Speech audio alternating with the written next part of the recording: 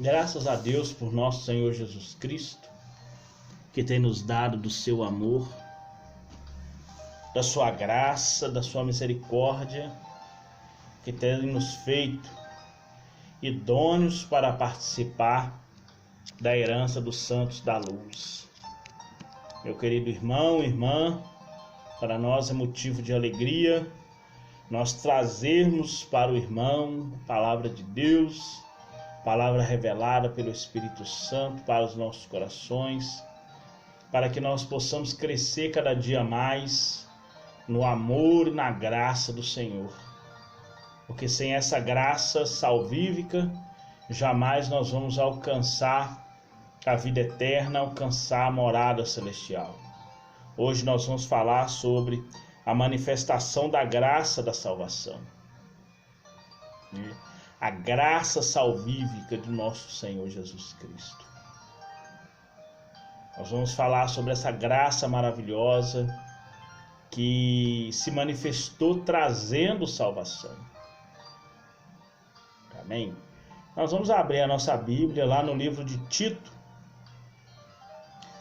Livro de Tito, carta de Paulo a Tito. No capítulo 2, versículo 11. Fala da seguinte forma: porque a graça de Deus se há manifestado, trazendo salvação a todos os homens, ensinando-nos que, renunciando à impiedade e à concupiscência mundana, vivemos nesse presente século justa, sóbria e piamente, aguardando a bem-aventurada esperança e o aparecimento da glória do grande Deus e nosso Senhor Jesus Cristo, a qual deu a si mesmo por nós, para nos remir de toda iniquidade e purificar para si um povo seu especial, zeloso e de boas obras. Então a graça de Deus, ela vem do coração de Deus. Uma coisa nós temos que aprender: não foi o nosso amor para com Deus que fez Ele nos amar. Ele nos amou primeiro. É por isso que nós o amamos.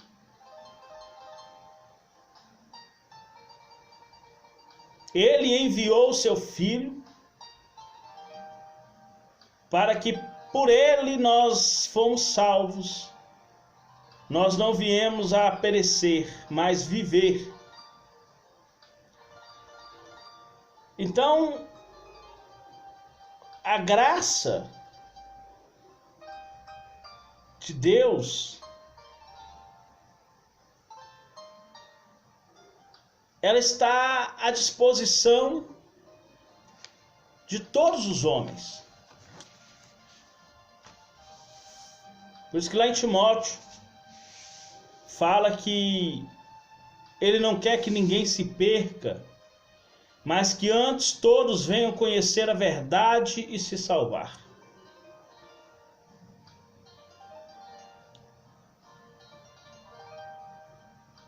E essa graça, ela justifica e regenera.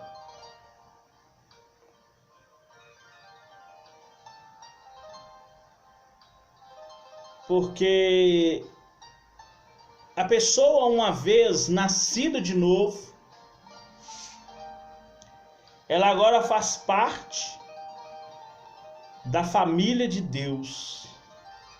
Ela deixa de fazer parte da família natural da terra e passa a fazer parte da família celestial de Deus. E assim, nós não somos mais estrangeiros nem forasteiros, mas concidadão dos santos e das família de Deus. Está lá em Efésios, 2,19.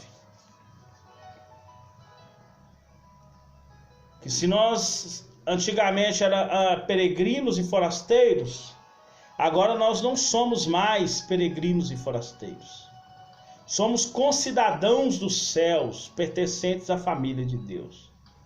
Porque agora nós nascemos de novo, somos justificados, temos paz com Deus e agora recebemos a sua graça através da fé e, consequentemente, a salvação, o perdão do pecado e a salvação. É uma graça santificadora. Segue a paz com todos, a santificação, sem a qual ninguém verá o Senhor.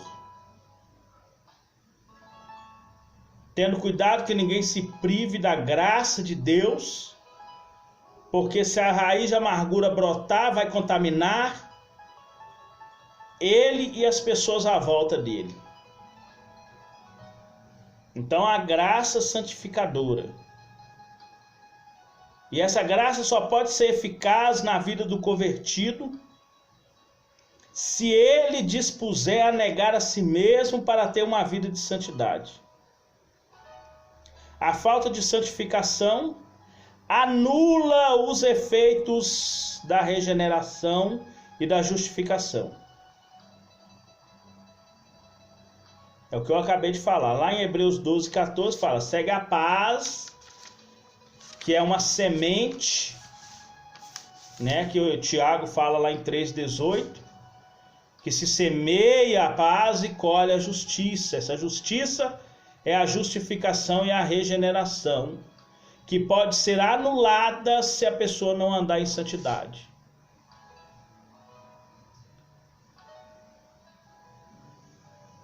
Se a pessoa agora é regenerado, justificado, santificado, ele vai ter uma conduta diante de Jesus que é totalmente diferente. O cristão sincero deve obedecer às leis de Deus. Também deve obedecer às leis governamentais. Porque a santificação agora, ela muda a conduta da pessoa. E isso leva a um relacionamento sincero. Porque esse relacionamento agora já não é mais baseado nas coisas do mundo, mas baseado na palavra de Deus, nos seus preceitos. E nós vamos ver 4 comportamentos éticos que são exigidos pela palavra de Deus para nós vivermos um santo relacionamento com Deus e com os irmãos. Primeiro, não infamar ninguém, não caluniar. É pecado grave caluniar alguém, seja na igreja ou fora dela. É passível de sanção judicial ou condenação na justiça humana. Na lei brasileira, acho que é o artigo 301 da lei, fala que fazer uma falsa afirmação da que se sabe que não é crime, é crime. Calúnia, difamação, tudo isso é crime, além de ser pecado. Normalmente, a infâmia, a injúria, a calúnia é ditada com a intenção de prejudicar o outro. O cristão é exortado a cultivar o fruto do Espírito. Porque agora nós não vivemos segundo os rudimentos do mundo. Nós não vivemos segundo os rudimentos do mundo. Versículo 12. Ensinando-nos que, renunciando à impiedade, às concupiscências mundanas, vivamos nesse presente século, sóbrio, justa, piamente. A paz é um fruto do Espírito. E nós só vamos ter paz com Deus se nós cultivarmos a paz do Espírito.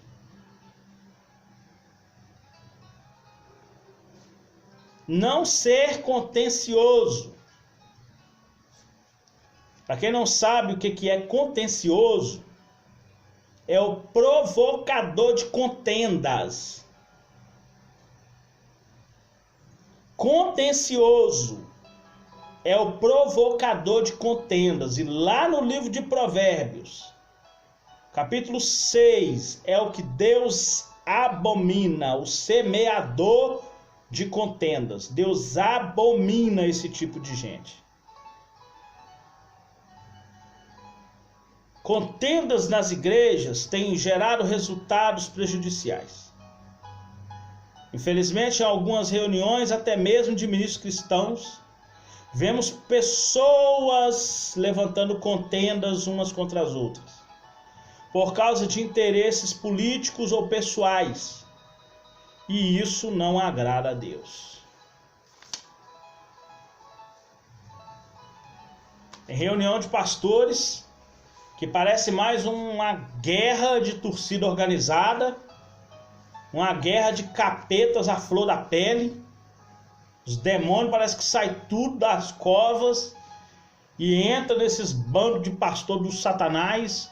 Falta matar um ao outro por causa de interesses e deixa a obra de lado. Isso é pecado grave. Ser modesto. O relacionamento cristão exige modéstia. Deve ser evidente na vida dos homens de Deus e mulheres de Deus a modéstia. A modéstia revela a simplicidade que foi exortada por Jesus em seu evangelho. Quando ele diz: eu vos envio como ovelhas entre os lobos. Mateus 10, 16.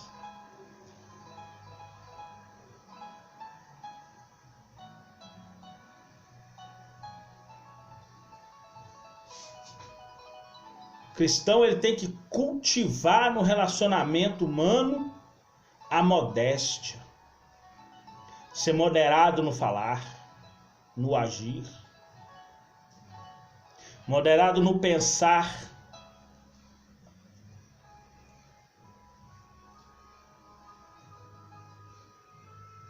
Manso como pombo. O pombo, ele não provoca os seus inimigos e nem provoca um ao outro.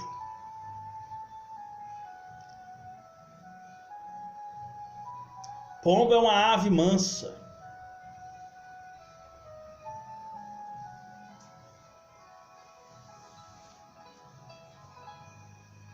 E nós temos que ser modestos.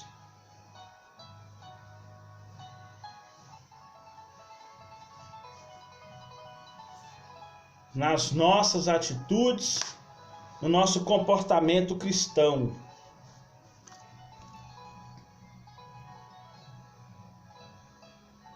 O nosso relacionamento cristão, temos que mostrar mansidão para com todos os homens. Deve ser característica marcante. E isso como uma marca de Cristo nas nossas vidas espirituais.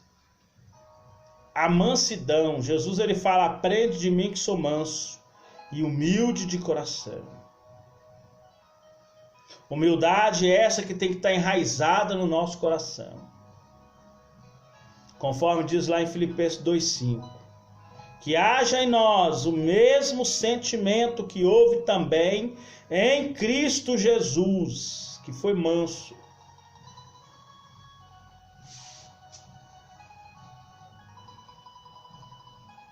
Além de não ser interessante a contenda no meio do cristão, o crente precisa ser manso para com todos e apto para ensinar essa mansidão. Timóteo 2,24. Ser manso e ainda apto para ensinar essa mansidão. Não é só falar. Não é só falar. É ser manso e apto para ensinar.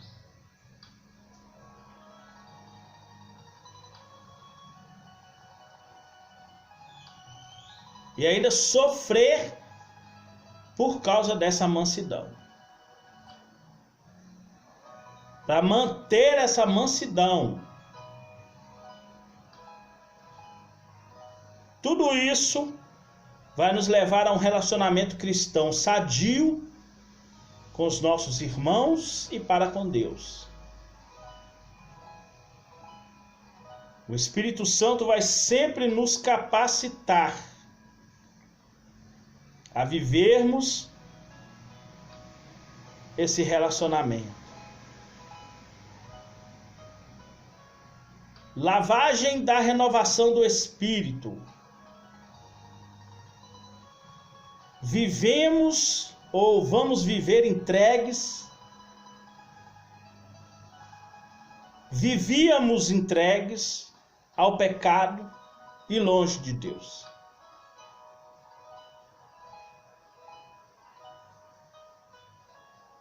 Nós estávamos mortos em delitos e pecados.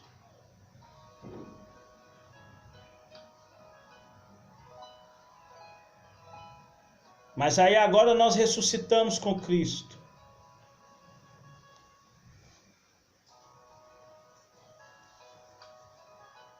Agora nós vivemos a purificação e a salvação. E como novas criaturas, não temos mais prazer no pecado.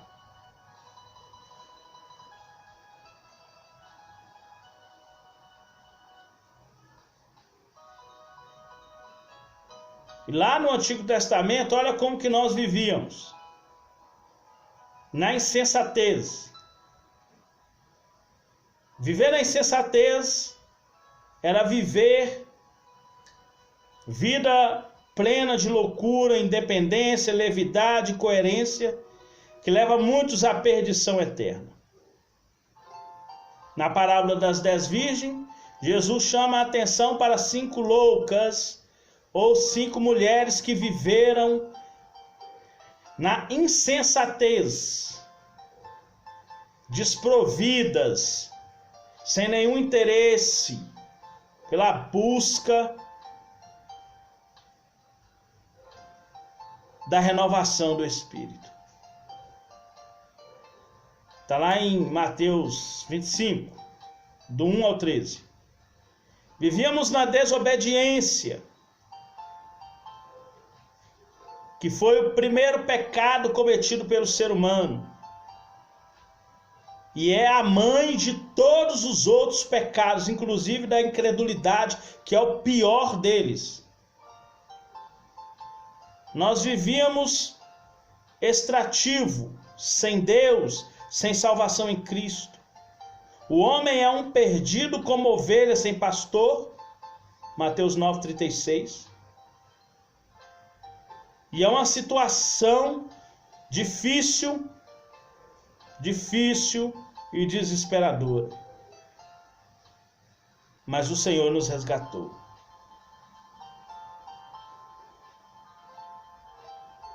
Agora, através da renovação do Espírito, nós não vivemos mais servindo às várias concupiscências, que é outra tradução para paixões e prazeres. Os deleites da carne impedem que o homem se converta a Deus de verdade, sufocando pelo espinho a palavra. Os prazeres desse mundo que sufoca a palavra de Deus no coração do homem. Está lá em Mateus 13, Lucas 8, 14. E fomos libertos, porque lá no mundo nós vivíamos em malícias e inveja. Malícia é sinônimo de maldade, perversidade, malignidade, o que não deve mais fazer parte da vida cristã. Efésios 4:31.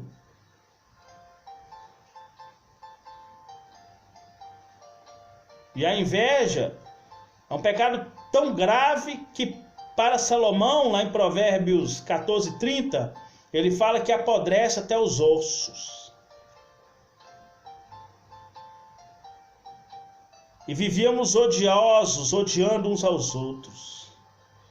Mas a lavagem da regeneração do Espírito nos faz justificados pela sua graça e herdeiros da vida. Tito 3, do 4 ao 7.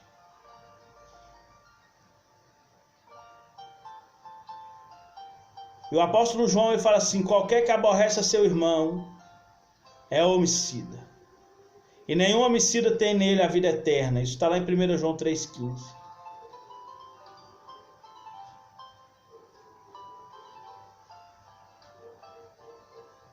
No Evangelho de Deus,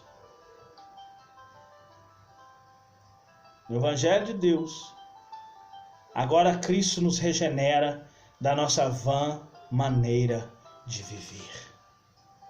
Através do Evangelho de Cristo, nós agora temos a graça de Deus e podemos viver um relacionamento cristão sadio pela renovação do Espírito Santo e servir a Deus e não ao pecado. Que Deus possa te abençoar poderosamente, em nome de Jesus, Pai querido, Pai santo, amado, poderoso, Criador dos céus e da terra. No santo nome de Jesus, Pai, nós oramos e agradecemos ao Senhor pela Tua palavra. Amém. Que Deus abençoe sua vida poderosamente, no nome de Jesus.